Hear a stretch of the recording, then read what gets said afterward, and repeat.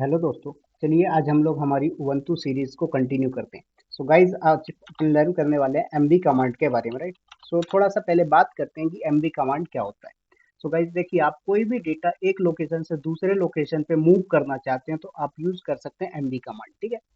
So question आया होगा या कंफ्यूजन आया होगा कि सर इससे पहले भी तो अपन ने सीपी कमांड देखा था, उसमें भी डेटा एक लोकेशन से दूसरे लोकेशन पे सेंड कर रहे थे, राइट।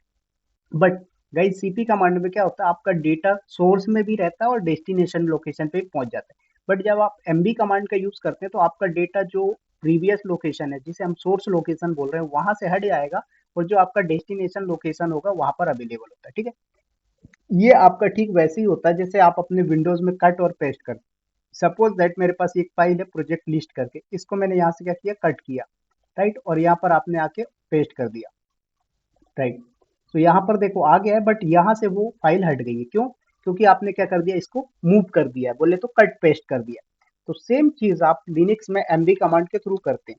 तो यहाँ पर सिंटेक्स क्या होता है एमवी कमांड का, सबसे पहले आती कमांड, फिर आता ऑप्शन, उसके बाद आता है आपका सोर्स एंड देन आता है डेस्टिनेशन, राइट। अब यहाँ पर एक क्वेश्चन और इंटरव्यूअर पूछता है कि क्या आप एमवी कमांड से किसी फाइल को रीनेम कर सकते हो? तो बिल्कुल कर सकते हैं। गाइज यहाँ पर ध्यान से सुनिएगा, एमवी कमांड के दो यूज केस होते हैं। पहला यूज केस क्या होता है, डेटा को मूव करने के लिए काम में लिया जाता है, चाहे वो आपकी फाइल हो या फोल्डर हो, आप दोनों को मूव कर सकते हो with the help of MV command. Second चीज, आप एमवी कमांड का यूज कर सकते हो फाइल को रीनेम या फोल्डर को रीनेम करने के लिए, ओके। अब क्वेश्चन आता है कि सर फाइल या फोल्डर का नेम जो है रीनेम कब होगा? तो देखो गाइस, अगर आपका सोर्स क्या है, अगर आपका सोर्स लोकेशन और डेस्टिनेशन लोकेशन दोनों अवेलेबल है, तब तो आपका डेटा मूव हो जाएगा। बट सोर्स लोकेशन अवेलेबल है, डेस्टिनेशन पाथ जो है वो एग्जिस्ट नहीं करता, अवेलेबल नहीं है, तो आपका डेटा हो जाएगा ऐसे केस में रीनेम। बात आई समझ में? चलिए आते हैं थोड़ा सा और इसका करते हैं अपन प्रैक्टिकली, ठीक है। तो सबसे पहले ये मेरे उबंटू सर्वर पे आए, यहाँ पर अगर मैं एलएस करता हूँ, मेरे पास कोई डेटा नहीं है। मैंने क्या बोला, टच करके मैंने एक फाइल बना दिया India dot T X T नाम से, ओके। अब mkdir करके मैंने एक डेमो नाम का फोल्डर क्रिएट कर लिया। अब देखो मैंने एलएस किया अगर डेमो को, तो कोई आउटपुट आ रहा है क्या? नहीं, क्यों? क्योंकि अभी डेमो के अंदर कोई डेटा नहीं है। मैंने क्या बोला, आप किसी फाइल को या किसी भी फोल्डर को एक लोकेशन से दूसरे लोकेशन पे मूव कर सकते हैं with the help of MV command. So मैंने यहाँ पर लिया, एमवी हो गई मेरी command, India dot T file को मैं मूव करना चाहता हूँ, कहाँ पर? डेमो के अंदर। तो यहाँ पर डेटा आपका हो चुका है मूव। अब एलएस करके देखेंगे आप डेमो को, तो देखिए डेटा आपका मूव हो गया कहाँ पर? Demo, right. तो इस तरीके से आपने मूव कर दिया किसी फाइल को। सेम चीज यहाँ पर मैंने mkdir डेल नाम का एक फोल्डर बनाया और mkdir मैंने hp नाम का एक फोल्डर बनाया, राइट। अब आपने बोला कि सर क्या मैं डेल को hp के अंदर मूव कर सकता हूँ? बिल्कुल मूव कर सकते। कैसे? mb हो गई आपकी कमांड, डेल को मूव करना है कहाँ पर? hp के अंदर।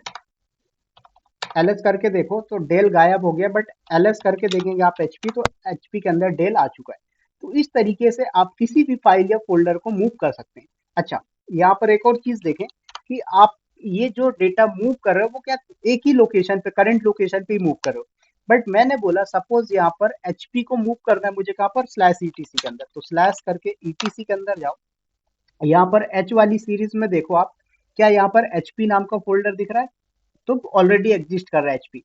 तो सबसे पहले क्या करें, आप किसी और नाम के डेटा को मूव करते हैं, राइट। सो मैं डेमो नाम के फोल्डर को मूव करता हूँ। तो एमबी हो गई कमांड, डेमो नाम का फोल्डर है, इसको मूव करना है कहाँ पर? स्लैश ईटीसी के अंदर। तो देखो क्या बोल रहा है, परमिशन डिनाय। आप डायरेक्ट ईटीसी के अंदर नहीं कर सकते, क्यों? आपको यूज करना पड़ेगा सूडो। तो यहाँ पर पासवर्ड दे देता हूँ मैं अपने सर्वर का, तो देखो अब एलएस करके देखो तो यहाँ से डेमो गायब हो गया, बट एलएस करके ईटीसी के अंदर देखोगे तो यहाँ पर आपको डेमो नाम का फोल्डर दिख जाएगा डी वाली सीरीज में, राइट। सो सी के बाद आपका डी वाली सीरीज दिख रहा है कहीं? ये देखें, तो ये डेमो नाम का डायरेक्टरी आपका ईटीसी के अंदर आ चुका है। तो इस तरीके से आप जो है तो मूव कर सकते हैं। अब बात करते हैं थोड़ा सा रीनेम करने की। क्या करने की? रीनेम।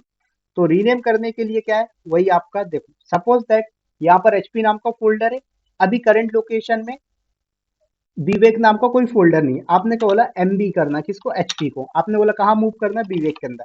अब मैंने क्या बोला, विवेक अगर अवेलेबल है करंट लोकेशन में तो हो जाएगा कॉपी, सॉरी मूव। अगर नहीं अवेलेबल क्या होगा? रीनेम हो जाएगा। इंटर एलएस करके देखो, तो एचपी के बदले क्या नेम से हो गया ये रीनेम। हाँ, आपका जो डेटा एचपी के अंदर था वो आपका इसी के अंदर रहेगा, विवेक के अंदर, बस नेम रीनेम हुआ है। देखो, तो एचपी के अंदर क्या, सॉरी, एचपी के अंदर क्या था, विवेक, तो आपने विवेक कर दिया। सॉरी सॉरी, एचपी के अंदर क्या था, डेल, तो आपने एचपी को रीनेम कर दिया विवेक में, तो विवेक के अंदर डेल एग्जिस्ट करता है, राइट।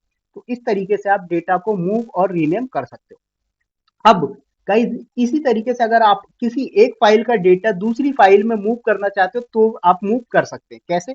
मैंने वीआईएम किया, फाइल वन नाम से एक फाइल बनाया, ओके, जिसके अंदर मैंने लिख दिया this is my first file, right, और इस फाइल को अपन ने कर दिया सेव। फिर मैंने दूसरी फाइल बनाया फाइल टू नाम से, और मैंने लिखा this is my second file, right, इस फाइल को भी अपन ने कर दिया सेव।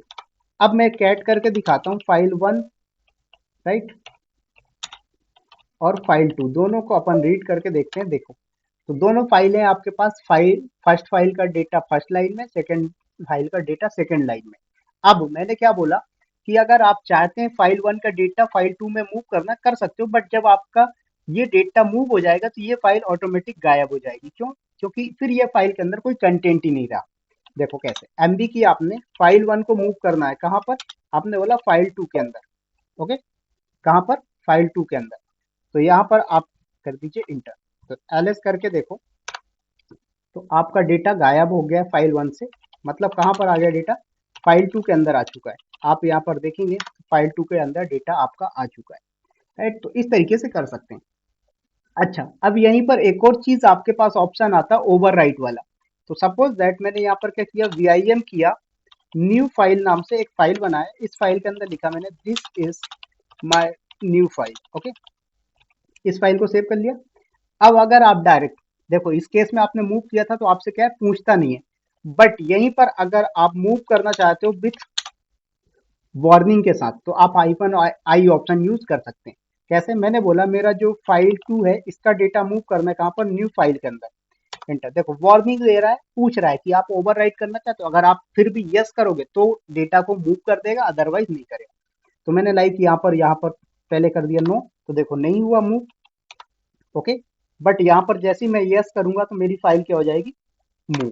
तो यहाँ पर कर दिया मैंने यस, और यहाँ पर एलएस करके देखो तो डेटा हो गया मूव। तो इस तरीके से आप मूव कर सकते हो। नेक्स्ट यहीं पर एक और ऑप्शन आता है गाइस, हाइफन यू वाला, जो अपन ने सीपी कमांड में भी लर्न किया। ओके, सपोज दैट मैंने क्या किया, यहाँ पर V I M old dot T X T नाम से एक फाइल बना रहा हूँ, राइट। सो मैंने लिखा this is old file, okay. उसके बाद मैंने फिर से वी आई एम किया, एक new dot T X T नाम से फाइल कॉन्फ़िगर किया, इसके अंदर अपन ने लिख दिया this is new file, right, इसको लिखा अपन ने, सेव करके बाहर आ गए। अब अपन को कैट करके देखना है किसको, all dot T X T को और new dot T X T को, sorry, right. All dot T X T तो आपके पास अवेलेबल है, but new dot T X T नहीं है क्या? है, right. So all dot T X T and new dot T X T, देखो तो ओल्ड और न्यू दोनों आ गई आपके पास। अब आप मूव करना चाहते हो तो यहाँ पर एक चीज आपको याद होगी, मैंने बताया था, एमबी हो गई कमांड, हाइफन यू हो गया ऑप्शन, उसके बाद सोर्स एंड डेस्टिनेशन, यही सिंटेक्स यूज करते हैं, राइट। सो गाइज, अगर आपकी सोर्स फाइल क्या होती है, अगर आपकी सोर्स फाइल होती है new as compare to destination, तो डेटा हो जाएगा move. But source file older है किससे, डेस्टिनेशन फाइल से, तो डेटा मूव नहीं होगा। देखो बताता हूँ कैसे।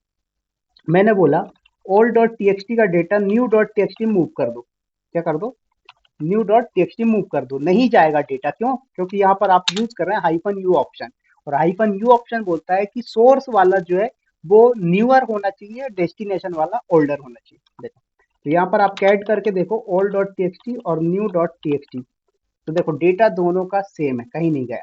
बट यहीं पर जैसे ही आप क्या करते हो, न्यू को पहले मतलब सोर्स में दे देते हैं न्यू डॉट टीएक्सटी को, ओके, और यहाँ पर दे देते हैं ओल्ड डॉट टीएक्सटी।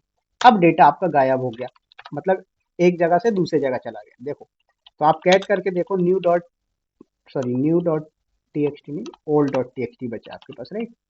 तो देखो, तो ओल्ड वाली फाइल में न्यू फाइल का डेटा आ चुका है। तो इस तरीके से जो है तो आप एमबी कमांड का यूज कर सकते हैं। सो गाइज आज के लिए रखते हैं इस वीडियो को इतना ही, फिर मिलेंगे नेक्स्ट वीडियो। सो गाइज अगर वीडियो अच्छी लगी हो तो प्लीज वीडियो को लाइक शेयर सब्सक्राइब करिएगा, अपने फ्रेंड्स को कलीग्स को सभी को शेयर करिए। वीडियोस फ्री हैं, मिलते हैं बहुत ही जल्दी नेक्स्ट वीडियो में। Bye bye, take care all.